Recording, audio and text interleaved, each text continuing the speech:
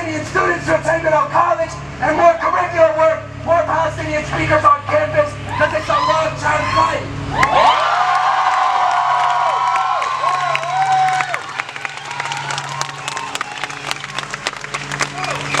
Today, Students for Justice in Palestine at Grinnell College organized a walkout in line with the call that was hailed by the Palestinian Youth Movement and the National SJP Coalition.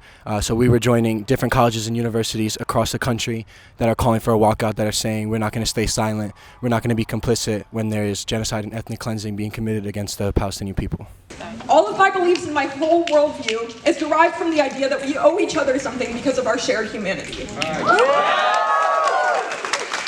But collective responsibility in the face of mass suffering does not mean silence. It does not mean platitudes about a genocide that we are seeing unfold before our eyes that is being enabled in our names.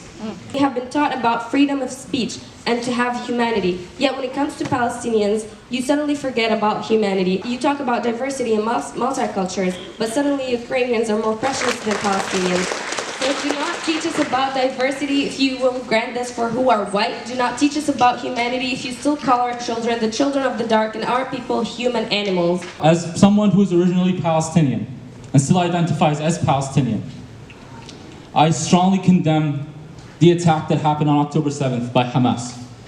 And I recognize all the casualties and all the terror that that attack has caused. And I understand that many people around the world would want a world without Hamas in it. And I'm here to say that that world existed for more than 50 years before Hamas ever existed. Yeah. That world still exists. As a Jewish American, I reject that being Jewish means blindly supporting the murder of children. I reject that the collective trauma of my people be wielded as a tool to oppress another population. Grinnell can be a leader. Some of you may know this. Grinnell College was one of the first colleges in the United States to divest from South African apartheid. This didn't happen immediately. It happened after repeated action that escalated to the point of students sitting in on a trustee meeting and community members putting such overwhelming pressure on the college to demand that we did not endorse or profit off of suffering. I reject war profiteering. Yes. I reject money from my tuition and my labor being used to support escalation of war crimes. Yes.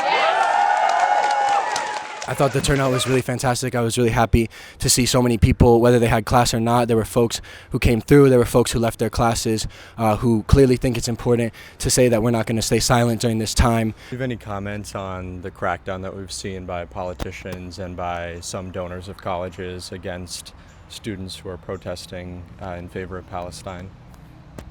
Yeah, I think that there's a lot of censorship, and this is not something that is new. This year is something that we've been seeing for years and years, for decades and decades, when folks are taking anti-Zionist positions, when they're calling out human rights abuses and war crimes that are being committed by the Israeli state. We see lots of threats.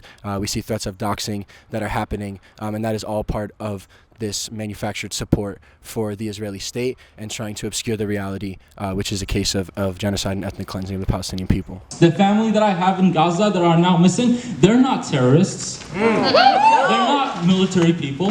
They're all with masters and PhDs and businesses. They've all undergone the same lives that many, if not most of us, are aspiring to undergo. And they still were bombed, and they were still labeled as the same way as the 10,000 or 20,000 Hamas militaries.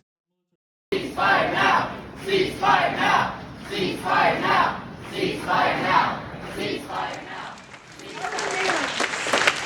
Number one, be transparent with the student body about what percentage of the Grinnell endowment is currently invested in Israeli companies or in companies who actively aid in Israel's war efforts. Ceasefire now! Ceasefire now! Ceasefire now! Ceasefire now! Two, immediately divest from any and all investments that financially support the apartheid state of Israel. Free, free, free Palestine! Free, free, free Palestine! Free, free, free Palestine! Free, free, free Palestine! Number three, divest from weapons manufacturers currently arming Israel's army in Palestine: Boeing, Raytheon, Lockheed Martin, General Dynamics, Northrop Grumman.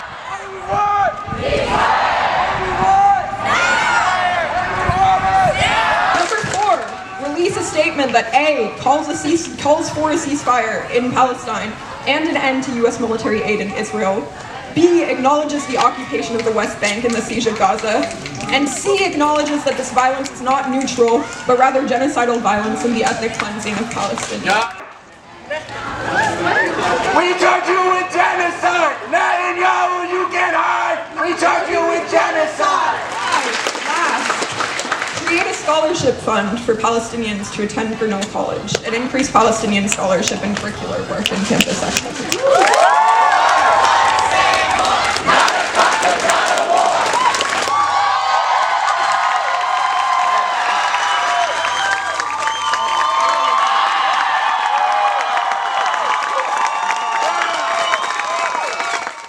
There's no peace they want us to surrender, to stop resisting the occupation, the ethnic cleansing, and the racism, the apartheid, the violence, and the oppression. And do we allow that? No! What do we want? Ceasefire! When do we want it? Now! We are going to be emailing the administration for the demands and asking for a response, and a substantial and sufficient response. If we don't get the response that we want, we're going to continue to take action.